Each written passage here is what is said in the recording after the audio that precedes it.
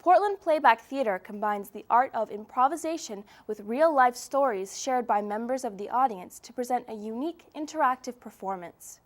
Tom talked with the group's artistic director, David LaGraffe, about this unusual and entertaining concept.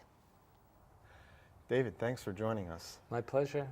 It's great to have you here to talk a little bit about Playback Theatre, because we just finished doing a spotlight segment on Playback Theatre where I learned a lot about what you do. But for those people who might not have seen it or know about Playback Theatre, could you just give a little background on what Playback Theatre is? Sure. Playback Theatre, there's probably about 130, I would say, approximately, playback theatre companies in the world. And there are national and international playback festivals.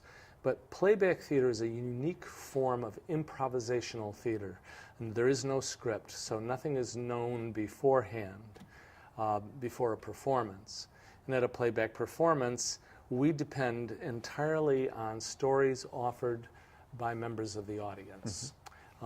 Person will raise their hand, they'll come up, they'll sit in a chair. A person called the conductor will ask them questions and draw the story out.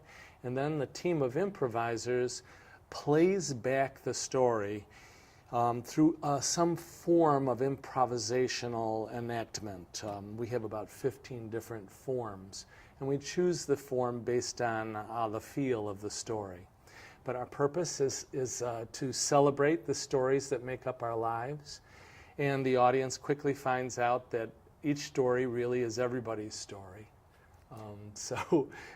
You know, we come together. It's a very strong community-building kind of event. Now you say that you find that every story is everybody's story. Yeah.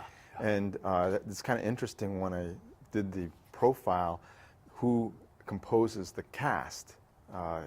It's not necessarily all professional actors. No, not at all. We have some people who come from a theater background, but we have people who are what Jonathan Fox, the founder of Playback, calls citizen actors.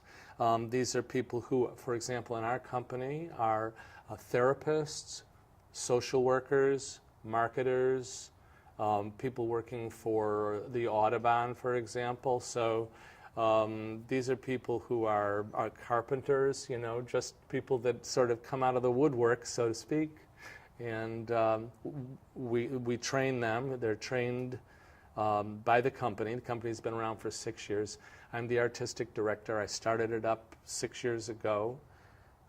I know that you do rehearsals too, so yes. Since it's all improv, how do you rehearse for something like that when you don't know what's coming up? Right. What we do is basically we work on skills, improvisational skills, the capacity to move through the moment, to be spontaneous, to embody different feelings and attitudes.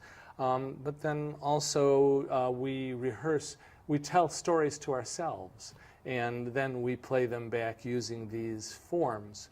We have a variety of forms which we hone.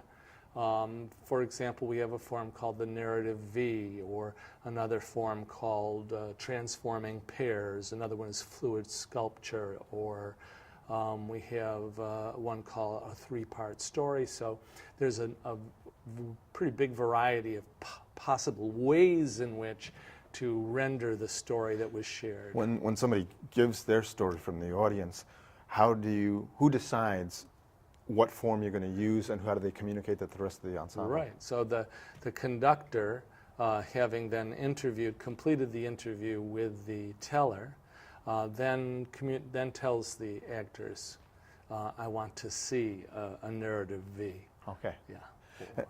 And now I'm also wondering, we have the pleasure of having you here do this every month on the first Friday. Every month, yes. You have one coming up, and each one has a different theme. Could you talk about the one that's coming up this first Friday? Sure. Coming up on April the 6th here at CTN 5, our theme is Out on the Town.